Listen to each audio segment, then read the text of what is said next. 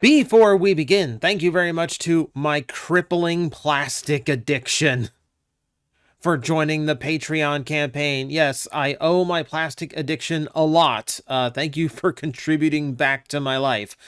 Yeah, thank you very much for the support. I do appreciate it greatly. You did pitch in at the highest level, so you are welcome to make a video suggestion. It can be whatever kind of format video I do. It doesn't have to be a review. Just don't do Plastic Addict or TJTV. Those are the only ones I put on a restriction list. Everything else, we're good to go. And anyone who pitches in at that level is welcome to the same. So, we are going to be talking about the commercials of Transformers, because I think after Transformers 1, the advertisement side of Transformers has been in everyone's minds a lot more. So it's high time we actually talked about some of the oddities that were the Transformer commercials. Now, for copyright reasons, so I don't get my channel in trouble, I'm not actually going to be showing any footage of the commercials. We are going to be talking about notable things to notice in them and little notable moments. If you want to see these videos for yourself, our friends over at TF Raw put together like a 1-hour compilation of G1 commercials. Like, they scour every cassette they could find for good quality ones. So we're mostly going to talk about ones that appear in there, and it's about as complete a collection as you're going to get. So if you want to see them for yourself, there you go. We're just going to talk about little oddities that I noticed while going through the old ones. Like this poor suffering Omega Supreme, who they put on this smooth surface, which meant his walking gimmick barely worked. I mean, it barely works to begin with, but they tried so hard to make it look cool with jets flying around him and everything, but it just doesn't come off great. It doesn't. But that aside, let's focus for a while on the things you only get to see in the commercials. Because there's a lot of little moments that never happen in the comic books or the cartoons. You really only get to see it in the commercials. For instance, that's the Ark. In the very first commercial, it actually plays out the origin of Transformers coming to Earth, crashing into the volcano, etc. And that was the design they used for the Autobot ship. You've never seen it since, have you? But no, this one actually was one of the first, and we never got to see it again. No, you're never going to get a Titan out of it. Don't ask. It's an amusing little bit of trivia. Subsequently, the Decepticon ship trailing does have more resemblance to the Nemesis, but it also is not exactly the same design, so it's a little bit of weird trivia you want to spring on someone. This shot of the Seekers was fascinating, in the same commercial no less, so obviously Thundercracker's in the middle. Who are the ones to the left and right? The one on the right, I think, is supposed to be Starscream, but mostly gray in color with a lot more red on the wing. And the one on the left, I think, is supposed to be Skywarp, but those are definitely not Skywarp's colors with the red wings and lack of face paint. He looks more like the black Starscream repaints that started coming out. It gives me more vibes of that. Oh, but that's not the best part of the shot. The best part of the shot is gray-headed Megatron.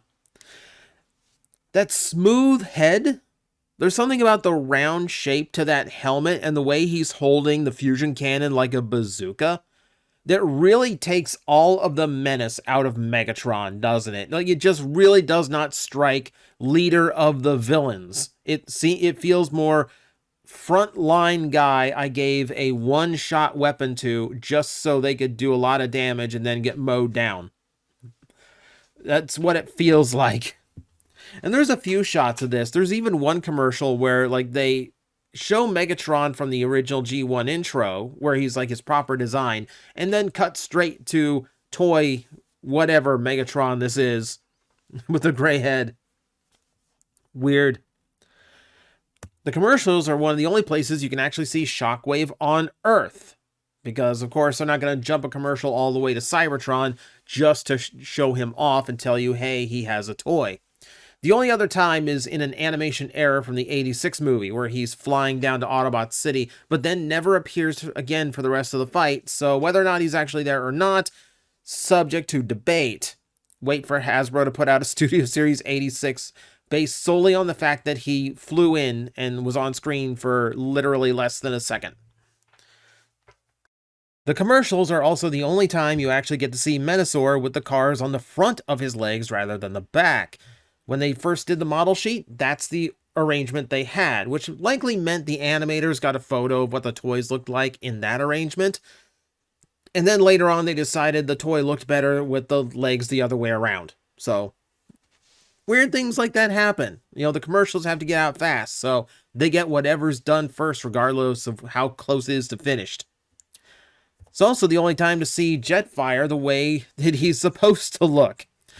Yeah, Harmony Gold didn't exist at the time, so they could get away with this. I'm sure these days, like, they would have a seizure looking at this, and then lawyers would be on the phone immediately. I'm kind of surprised they haven't tried to retroactively sue Hasbro over this depiction. Because, yeah, that's just a Macross. That's just a Macross. Yeah, but at least it's accurate in the commercial, right? Commercials are also the only place you get to see the original heads of the Headmasters. So, in the cartoon, they just took their heads off and had them remodeled. But apparently, one of the original ideas was, well, they just had different heads. They just popped off and then replaced. Brainstorms especially just looks really, really odd. It does not look like a Transformer head in the slightest. They showed the Decepticon ones as well. And I actually kind of like Mind Wipes. Like, does give off this kind of creepy vampire look, which I'm kind of into. Why didn't Selects ever give us this? Why don't I have my alternate heads that restore the commercial Headmasters? I can't ever get what I want. Other funny little things. It's the only time you actually get to see Blur battling with Seekers.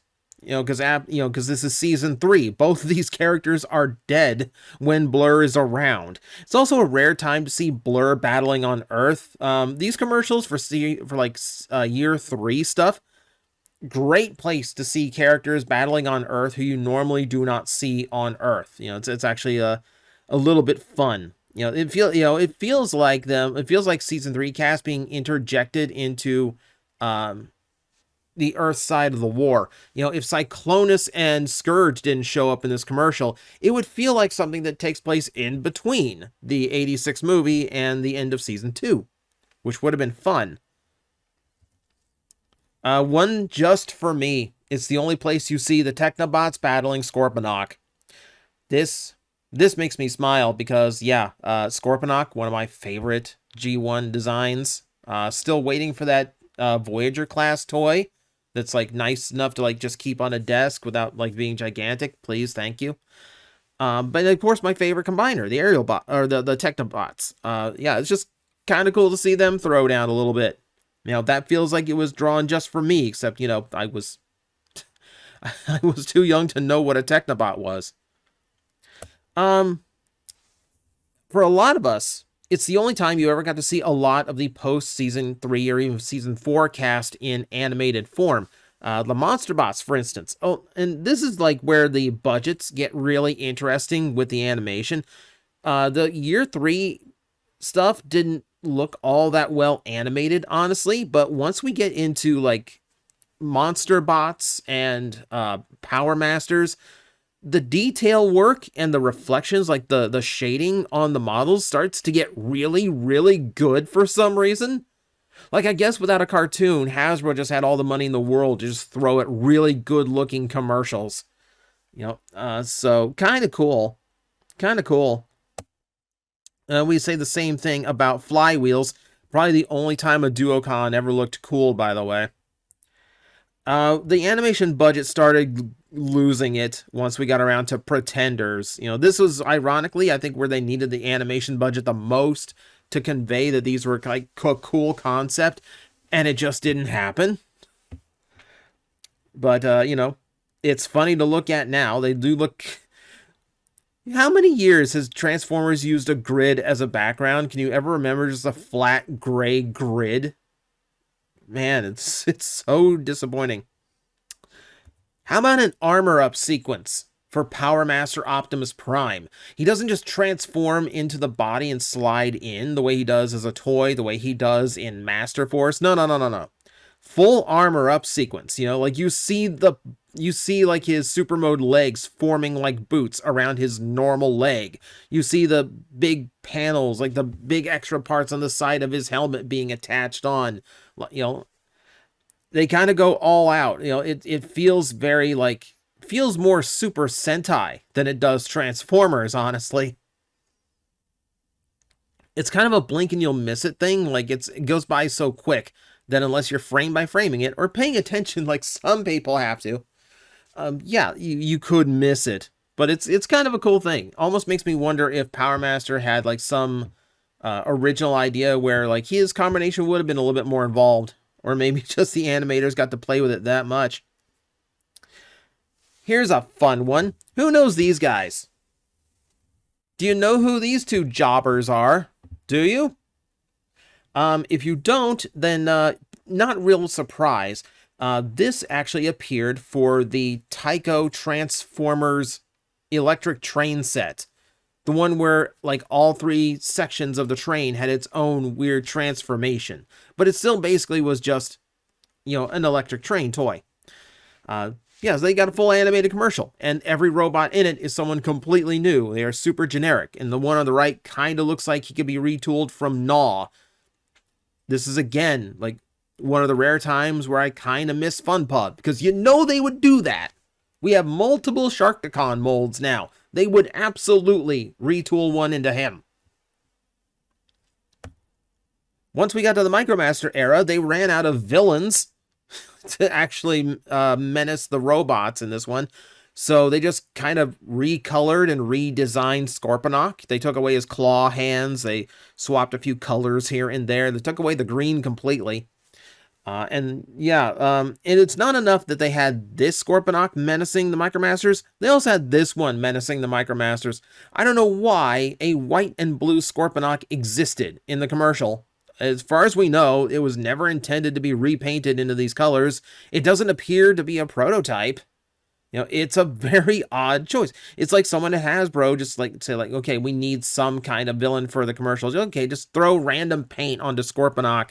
You know, good enough, right? But it's not the only time a toy oddity can be seen in the commercials, because every now and then something slipped in, like the original Astro Train. So some kid, without even knowing how special it would become, is, someone who was a kid then and is probably some like 50-some-year-old guy now, got to actually play with the prototype of Astro Train, which is in the proper colors.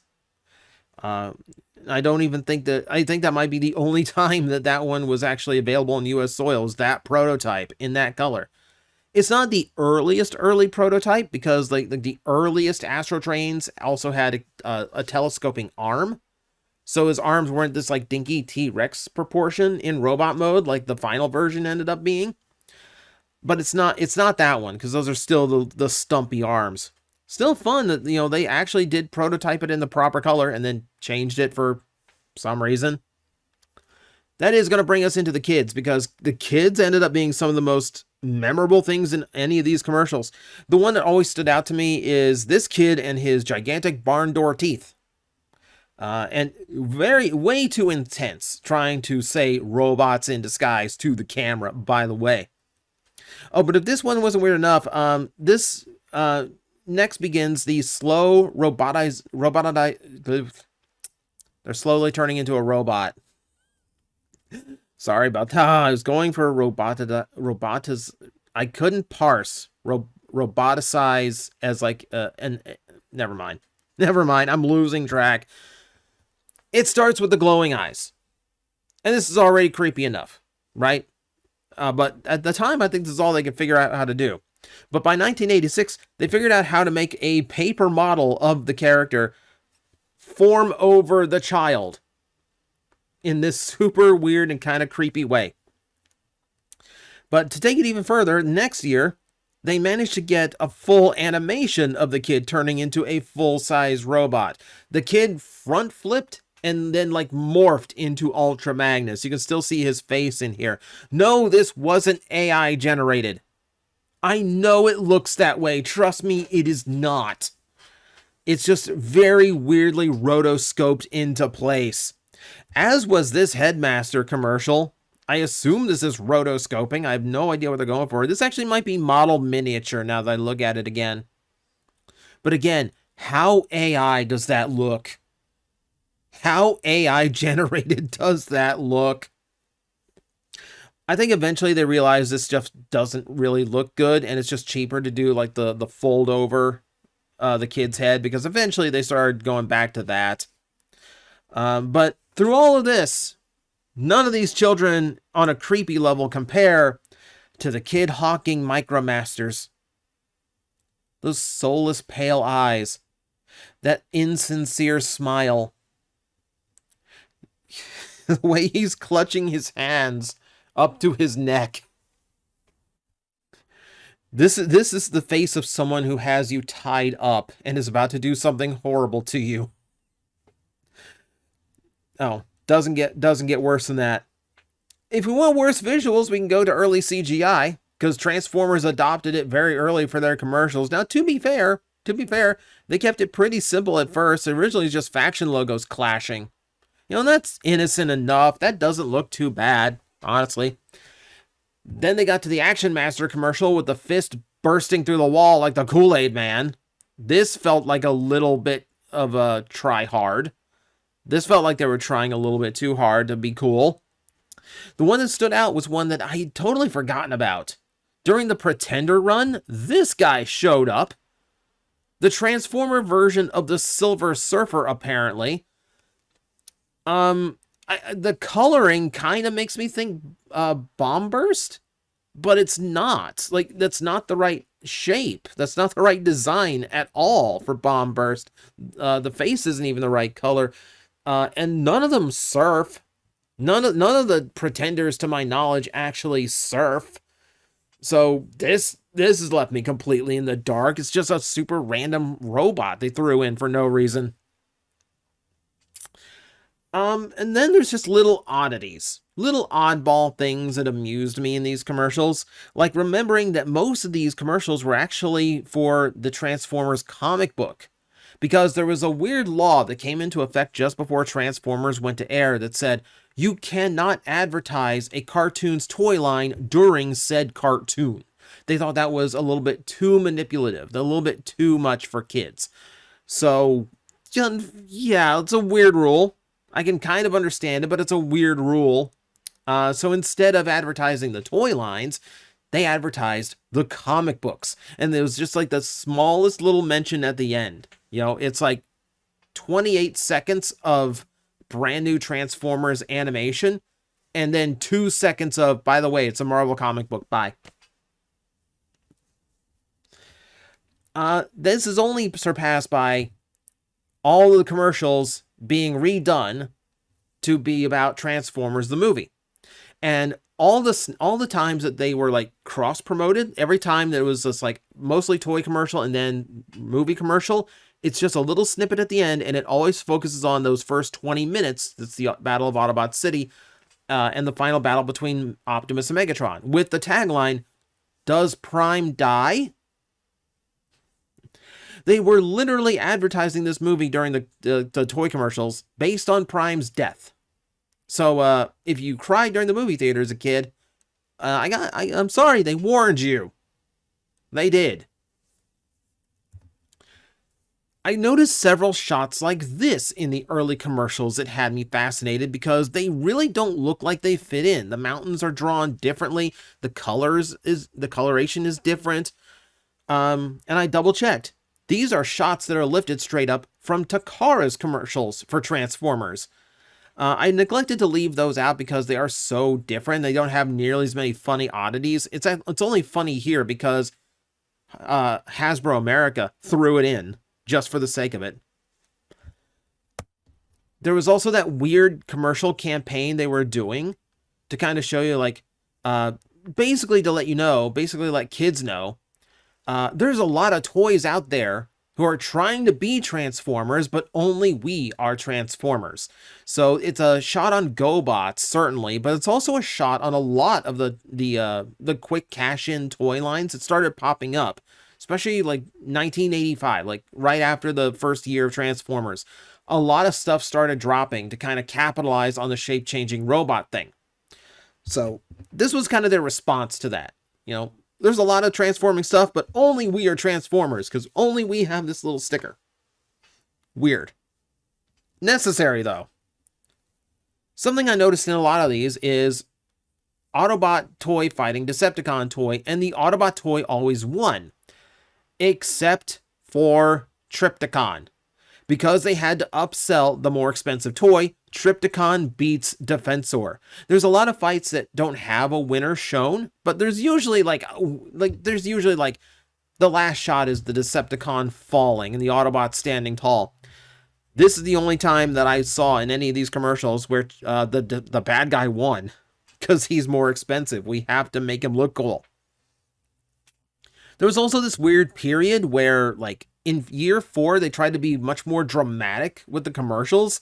So you started getting like little lightning flashes, and the music was it was a little bit remixed to be more intense. They're still using the old school theme, but they're adding a few lyrics here and there. Some commercials completely changed it up. You know, if you want to hear the Transformers theme that's all about Sharkticons, they got that for you. And then like later on, they dropped the theme completely. They went from More Than Meets the Eye to they've got the power to surprise, and it's just not nearly as cool sounding.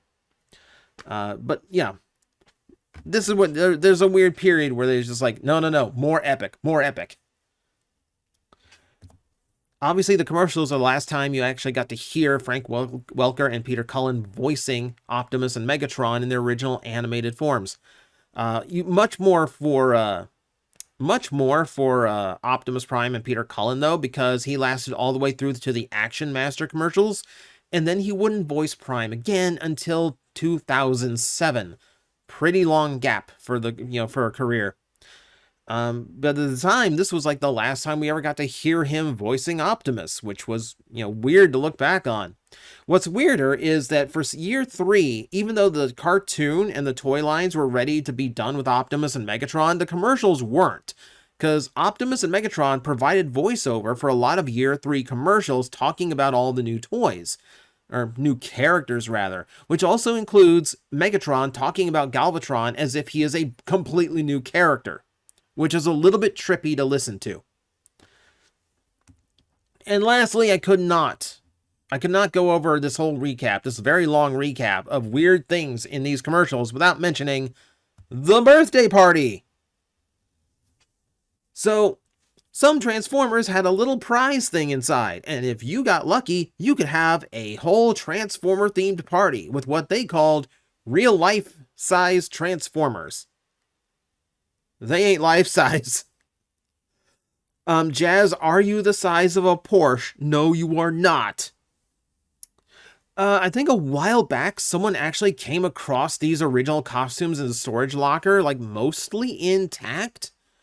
So I think these are actually, I think these still exist. I think they're in the hands of a private collector now. It's kind of fascinating. Like, in the commercial, they look pretty good. Like, there's that, for, mascot costumes that weren't made by Disney, they look pretty good. I don't know why they did Thundercracker and Jazz, but you know what, to each their own. So that is just me looking at G1 toy commercials, and only the American ones, just all the odd things I noticed going through them as this little retrospective. Again, I invite you to watch for yourself if you want to see them. Go over to TF Raw, just search for it. It's one of the first things that comes up.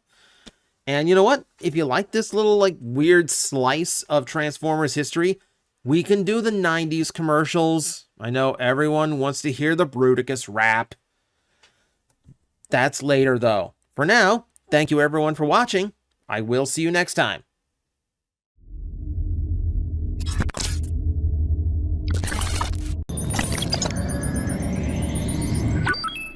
Analysis complete. Adapting translators to local language. Are you out there?